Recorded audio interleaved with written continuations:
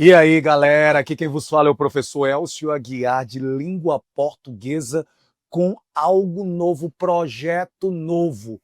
10 resumos, 10 questões, 5 questões do Enem, 5 questões autorais, todas com um gabarito, todas com um comentário e todas com uma mini aula ou micro aula, como você preferir. Presta atenção, 10 minutinhos para não te incomodar e os 10 assuntos que mais caem ou são recorrentes no Enem. E se faltar algum, a gente faz outro curso. Isso tudo sabe por quanto? Por nada, de graça, para ti. Eu só te peço uma coisa ao término disso tudo. Só te peço uma coisinha no término disso tudo. Eu gostaria que vocês divulgassem, vão fazer zoada, certo? Então passe para algum amigo que você queira presentear, que vá fazer o Enem, que queira conhecer o projeto, ou que você acredita que pode potencializar ainda a sua nota. Então, sem muitas delongas, se eu vou fazer a prova de linguagem, eu tenho que saber pelo menos o que é linguagem. Linguagem é um conjunto de signos organizados que priorizam a comunicação. Olha como a coisa está bem sistematizada. Primeiro, eu tenho um objetivo, né, para a aula, que é definir o que é linguagem e quais são os tipos e especificidades dessa linguagem. Linguagem é um conjunto de signos organizados que priorizam a comunicação. Quando eu falo em signos, é toda tentativa de representar. Você pode representar sua vida por palavras, imagens e som. Quando eu falo de palavras, ela tem um nome artístico, que é o signo linguístico, formado pelo significante e pelo significado. Se esse significante tiver apenas um significado, a linguagem será predominantemente denotativa. Se esse significante tiver mais de um significado, conotativa, figurada, polissêmica ou plurissignificativa ou plástica. Elcio, e se não fosse por palavras, fosse com imagem? Aí nós temos o signo imagético, que é dividido ali em ícone, índice e símbolo. O ícone é uma representação imediata que guarda uma relação física. O índice são pistas que, devido ao teu conhecimento, de vê-lo de forma reiterada frente aos seus olhos, você consegue antecipar. Tipo, se eu sair aqui e perceber que está nublado, pressupõe que vai chover.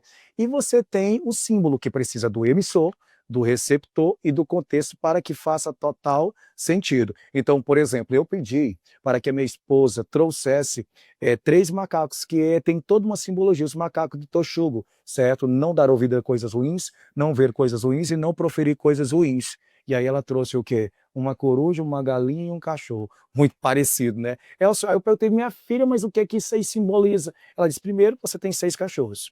Sim. Segundo, galinha você cria lá no sítio. E terceiro, a coruja simboliza o teu curso. Então faz total sentido. Então, de novo, se é um conjunto de signos organizados que priorizam a comunicação, eu posso representar, e o signo é toda tentativa de representação, essa representação pode ser feita por palavras, imagens e som, certo? Se é palavra é signo linguístico, se é imagem é signo imagético. Professor, mas quantos tipos de linguagens nós temos? A verbal, que você usa somente palavras, a não verbal, em que eu uso imagens, e a mista. A mista. Qual é a mista? É aquela que tem a palavra e a imagem. Só que eu brinco, existe a mista, que é tipo assim, proibido fumar. E aí, quando eu falo em fumar, eu coloco a imagem literalmente do cigarro. Há uma relação de complementação e de reforço. E eu tenho uma mista multimodal, em que, na verdade, não aparece o objeto que está sendo nomeado ali, mas é necessário, devido à contiguidade. O que é contiguidade? Palavras que estão no mesmo campo semântico, com certo entendimento, para que você entenda o objetivo da peça. E aí, cara, eu queria que vocês atentassem para este último exemplo aqui, em que você sabe que um texto, geralmente, ou convencional, ele é escrito da esquerda para a direita, na horizontal, respeitando as margens. Então, você bate um olho no texto desse aqui, você já vê, peraí, ou isso não é um texto, ou se é um texto, não é convencional. Concordo, não é convencional, é experimental. E aí você vai observar que é uma história de um homem que bebeu. E quando ele coloca em diagonal e andando em círculos, ele tenta materializar na folha o objeto, né, nomeado. Então, ou o objeto ou a ação. Isso é chamado de poesia concretista, linguagem verbo-voco-visual, ou seja, quando você explora os diversos planos de expressão, o verbo é a palavra, voco é o som, visual é a imagem. Pode também ser chamado de linguagem verbal de cunho imagético, porque verbal, porque nela só tem palavras, mas da forma como foram dispostas me lembram a imagem, ou multissemiótica, porque devido, né, aos signos que foram utilizados e serem multifacetados, eu posso tranquilamente entender que eu tenho diversas formas de representar algo na vida. Sem muitas delongas, porque, né, o tempo já se passou e a meta é fazer tudo isso aqui em apenas 10 minutos para não tomar muito teu tempo, eu tenho 5 questões. A primeira é uma do Enem de 2018. Você tem uma mulher assim e uma mulher assim. Aí tem denuncie. Se eu tenho palavras e imagens, essa linguagem ela é o quê? Mista. E para ser mista, eu tenho que analisar tanto a palavra quanto a imagem. Qual é o propósito aqui? Fazer com que você se sinta confortável após esta explicação e resolver a questão de uma forma bem imediata, sem muitas delongas. Nesse texto, busca-se convencer o leitor a mudar seu comportamento por meio da associação dos verbos no modo imperativo a. Se ela é mista e no comando falou sobre o verbo, que é a palavra, está faltando quem? A imagem. Então o que é que eu devo fazer? Procurar uma alternativa que fala sobre a imagem. E somente a letra E fala sobre a questão da imagem. Gabarito fácil, imediato, questão que, diga-se de passagem, teve um índice de erro gigantesco. Mas, pelo amor de Deus, lá no dia joga simples. Eu fiz o curso de Direito, lá no Direito nós tínhamos o seguinte, quem pode mais, pode menos. Se a questão pede 1000, ou você doa 1000 em nível. Mas se a questão pede 1 e você já foi capaz de doar 1000, eu posso reduzir o meu nível e executar uma questão porque ela não exigia muito de você.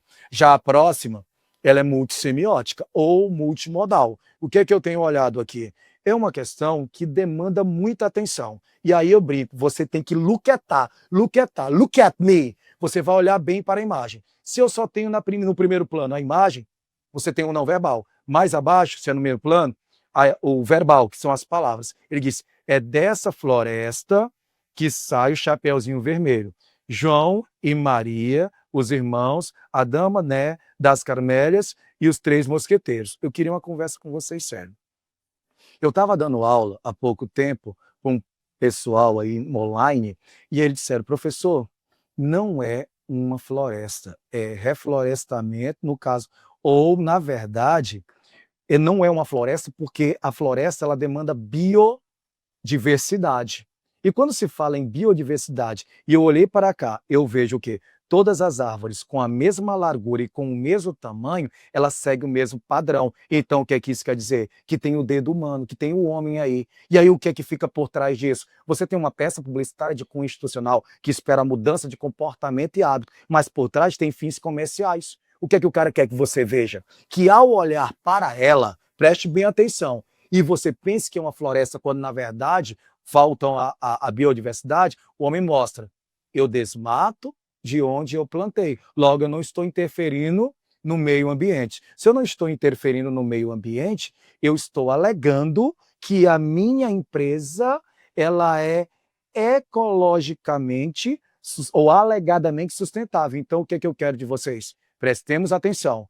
Eu vou ter que analisar o verbal e o não verbal. Quando eu digo é dessa floresta que sai Chapeuzinho Vermelho, eu estou dizendo para você que a minha empresa não desmata, que ela se preocupa com o meio ambiente. Você compraria a ideia de que a empresa se preocupa com o meio ambiente, lógico, veria como, certo, a imagem de uma boa garota e você assim adquiriria o produto dela. Onde é que eu vejo isso? Ó? Nesse cartaz publicitário de uma empresa de papel e celulose, a combinação dos elementos verbais e não verbais visa mostrar que a empresa é alegadamente sustentável, que não interfere no meio ambiente, isso criaria frente aos teus olhos a boa imagem da empresa e você assim adquiriria, né, o produto dessa empresa. Isso está em que letra? Logicamente na letra E. Acelerando. Terceira questão. Eu digo, verbal, não verbal, mista. Você diz mista. Mas mista ou mista multimodal? Mista multimodal. Quando eu falo mista multimodal, é porque você vai ter que ativar sobreposição de planos, diagramação, formatação, espaçamento para chegar ao resultado igual ao anterior. O que é que você está observando?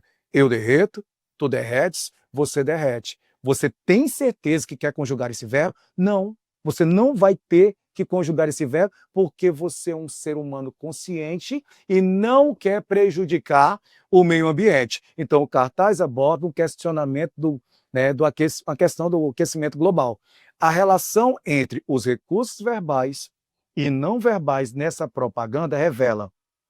Ora, preste bem atenção, o recurso ambientalista propõe formas radicais, está fora. A preservação da vida na Terra depende de ações da dessalinização, não se fala disso.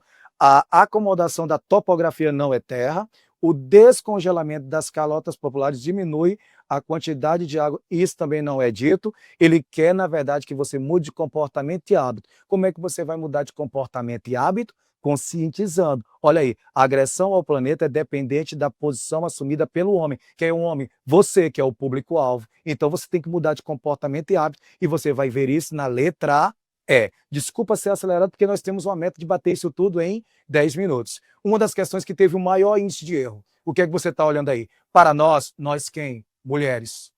A rua é um campo de guerra. E aí ela bota o lenço amarrando como se estivesse saindo para batalha. E aí vem a grande lapada da questão. Essa campanha de conscientização sobre o assédio sofrido pelas mulheres nas ruas constrói-se pela combinação da linguagem verbal e da não verbal. A imagem da mulher com o nariz e a boca cobertos por um lenço é a representação do não verbal. Espera aí, quando eu falo do não verbal, eu vou ter que olhar para a imagem. De que imagem ele está falando? Da mulher com o lenço armado. O que é que eu tenho que pensar? Se para nós a rua é uma batalha, ela está saindo para a batalha, certo? Se ela está saindo para a batalha e amarrando, é porque ela está pronta para a batalha. O que simboliza isso aí? A forma como ela amarra o lenço, mostrando que ela é uma guerreira. Espera aí, professor, se esse lenço não está sendo tratado como lenço, ou seja, um significante com apenas um significado, esse lenço está sendo tratado como algo conotativo, figurado, polissêmico, metafórico. E onde é que você viu a palavra metáfora? Na letra B. E aí você executa. E para finalizar, olha aí, não interrompa a linha da vida. Aí ele vai e coloca uma caneta. O que é que você observa? Que dentro da caneta a tinta está se esvaindo, está acabando. Doe sangue, é simples e faz muito bem à saúde. Professor, verbal, não verbal ou mista? Mista. Mista ou mista multimodal? Mista multimodal. Porque o que é que ele quer ver, que você veja? Que a caneta não é a caneta, mas é o hemocentro. Se tem pouca tinta é porque tem pouco sangue. Então, o que é que isso quer dizer? Quer dizer que ele está se acabando, que você tem que ver isso de forma metafórica e tem que marcar uma alternativa em que traz isso de forma literal para mostrar que você entendeu a questão. E está, logicamente, na letra E. Gostou desse vídeo? Divulga para os seus amigos e eu aguardo você no próximo capítulo. Valeu!